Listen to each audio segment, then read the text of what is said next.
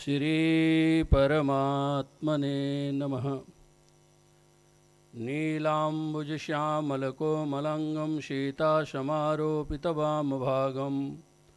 पाणौ महासायकचारुचापं नमामि रामं रघुवंशनाथम्। आज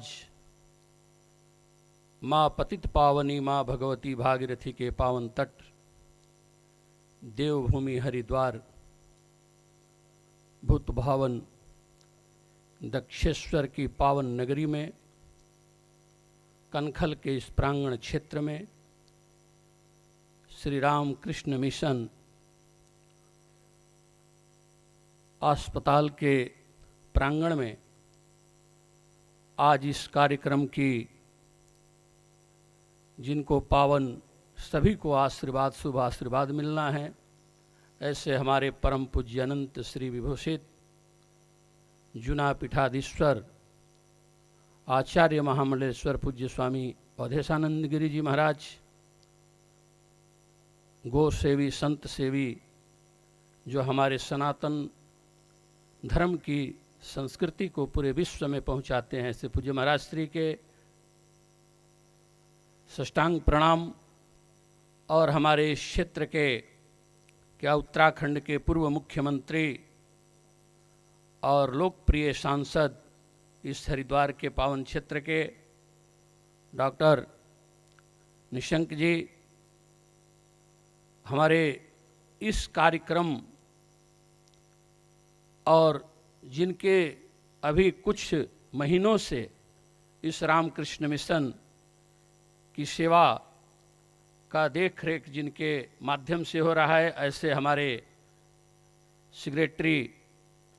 परम पूज्य अनंत श्री स्वामी विश्व देवानंद जी महाराज,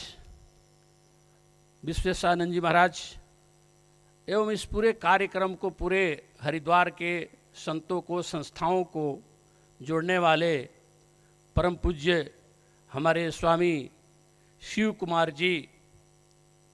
और आज हम लोग जो दंत चिकित्सा के क्षेत्र में एक बहुत बड़ा आयाम जो जुड़ रहा है, ऐसे सीमा डेंटल कॉलेज के हमारे डॉक्टर अमित गुप्ता जी, डॉक्टर हिमांशु ऐरन जी और दिव्य सेवा प्रेम मिशन के राष्ट्रीय सचिव डॉक्टर संजय चतुर्वेदी जी एवं पूरे हमारे इस प्रांगण में जो सन्यासी महात्मा और युवा संत जो पुरोधा भारतीय संस्कृति को पूरे विश्व में डंका बजाने वाले, ऐसे जिनकी हम जयंती के उत्सव पर हम लोग उपस्थित हैं, पूज्य विवेकानंद जी, ऐसा महापुरुष जिन्होंने पश्चिमी संस्कृति और भारत के संस्कृति को उस समय जोड़ा और जोड़ने के साथ साथ ही उन्होंने एक ऐसा सेवा प्रकल्प उस महापुरुष के अंदर वो पीड़ा को ऐसा महसूस किया होगा कि व्यक्ति के जीवन में सबसे प्राथमिकता क्या है। स्वस्थ व्यक्ति रहता है तो उसका स्वस्थ मन होता है, स्वस्थ विचार होता है, उसके सारी जो भी चाहे वह ऐसा उन्होंने एक संन्यास मार्ग में भी उन्होंने ऐसा एक संतों का समूह और संघ व्यवस्थित समाज को दिया कि केवल संत ऐसे नहीं घूमते हैं, संत एक राष्ट्र को दिशा देते हैं। जिस तरह से शिकागो में जिस समय भारत के संतों को कुछ ऐसे ही समझते थे लोग कि जादूगर होते हैं, उस समय उन्होंने दिखाया कि भारत के संत कैसे होते हैं और पूरे युवा के लिए जो उन्होंने आदर्श, आज हमें यह प्रेरणा लेनी होगी स्वामी विवेकानंद जी के जीवन से कि आज हम शिक्षा के तरफ तो बहुत उन्नति करते जा रहे हैं, लेकिन संस्कार विहीन होते जा रहे हैं। हमें सोचना चाहिए कि उस महापुरुषों ने संत की एक ऐसा समूह खड़ा करके और सेवा के प्रकल्प को, यह जो कनखल में जो सेवा प्रकल्प है, जब यहाँ कुंभ लगता है, तो पूरे हमारे देश के लाखों संत और बहुत भारत की जनता, जो गरीब जनता होती है, वो भी आती है दर्शन करने के लिए जब आवश्यकता होती है, क्योंकि जब वहाँ इस समय बहुत गर्मी होती है, उस समय संत और भक्त जो पीड़ित होते हैं उनका भी एक आश्रय स्थल अगर कोई है तो यह पूज्य स्वामी जी के प्रेरणा स्रोत से स्थापित यह रामकृष्ण मिशन है। हम लोग जब संत कोई बीमार होते हैं तो निश्चिंत हो जाते हैं सभी संत की, चलो कोई बात नहीं, संत को कनखल पहुंचा दो श्री रामकृष्ण मिशन में, और वो ऐसा समझते हैं कि मैं अपने आश्रम में, और उनके मन में एक शांति ये मिलती है कि मैंने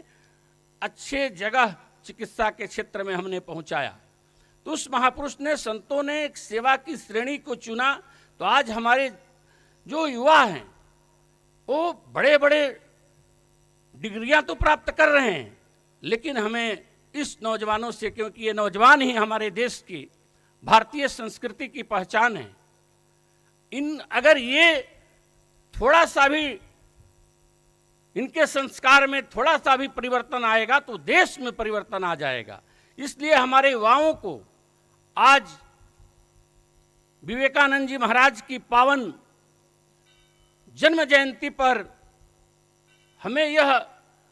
आप लोग जो बैठे हैं युवा वर्ग, क्योंकि आज हमें बड़ी बड़ी सुख सुविधाएं, गाड़ियां, मकान, सारी सुविधाओं को हम लोगों ने अर्जित तो कर लिया है, लेकिन वो संस्कार विहीन शिक्षा से, हमें शिक्षा चाहिए, बिना शिक्षा तो पशु है, लेकिन जो शिक्षा है उस शिक्षा के साथ साथ अगर अपने संस्कार को, अपने भारतीय संस्कृति को, अपने माता पिता के प्रति, अपने से छोटों के प्रति आपको देख करके अगर पीड़ा होगी, उनके प्रति दर्द होगा, तो हमें लगता है कि आज की नौजवान पीढ़ियां पूरे देश को बदल सकती है, क्योंकि उनके कंधे पर सारा भार है। इसी शब्दों के साथ मैं अपने वाणी को विराम देता हूं। जय श्री राम।